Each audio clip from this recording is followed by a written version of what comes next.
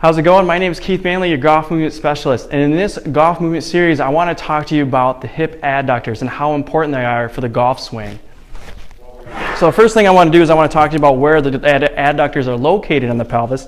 They're attached to the ischial tuberosity of the pelvis, and it comes down and wraps around the femur and attaches in the posterior midline of the femur bone. So basically it attaches right back in here. The key thing is, remember that it wraps around. So when it wraps around, that means it has a really strong rotational component to it. So for instance, golf is a very strong rotational sport. So why not enhance the adductors? A lot of times the people who have really tight adductors can definitely affect their swing and also cause them to have lower back pain. So let's talk about how you lengthen the adductors.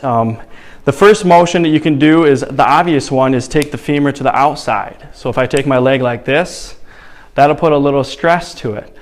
The other component is you go external rotation. So if I was able to rotate like this and open up my hip, that'll also put some lengthening to it based on where it's attached to the femur and the ischial tuberosity, and also flexion. So if I take my leg and come forward like this, if you think about where it's attached and the femur is coming forward, that'll also put a little stress. So think about the golf swing now.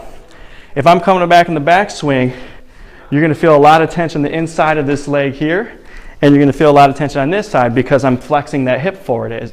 So, and then from the side view, when you take your hands back, you can see how I kind of flex forward, tension here, and then on the front leg, you get that little rotational, external rotation. So here's some good stretches that work on that. One of the exercises I like to do is you just take a chair, prop your foot up like this. You're going to sit up tall and you're just going to move in like this, and you're going to feel a huge stretch on the inside of that leg. Key thing is here, make sure your pelvis isn't too rotated, so you want to keep it nice and flush. Sit up tall, and then go ahead, and what I like to do is do little pulses. You're going to go this way first, you're going to go front to back, and then sometimes I like to go little circles. Another good stretch I like to do, and you're going to get a posterior view of me, is I like to try to hit all three areas at once.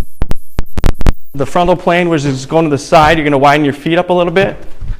Now I'm flexing my hip too. This is another one. And then also I like to either take my hand and go like this, or I take my hand and I rotate this way, so you get a little bit of a top-down driver using my thoracic spine. And I can feel that right on the inside of that leg. Work on those stretches. You'll lengthen your adductors out. When you can lengthen and load your adductors a little bit more, it'll take a lot of stress off your lower back, and it'll also help you create more power in your swing. Thank you very much.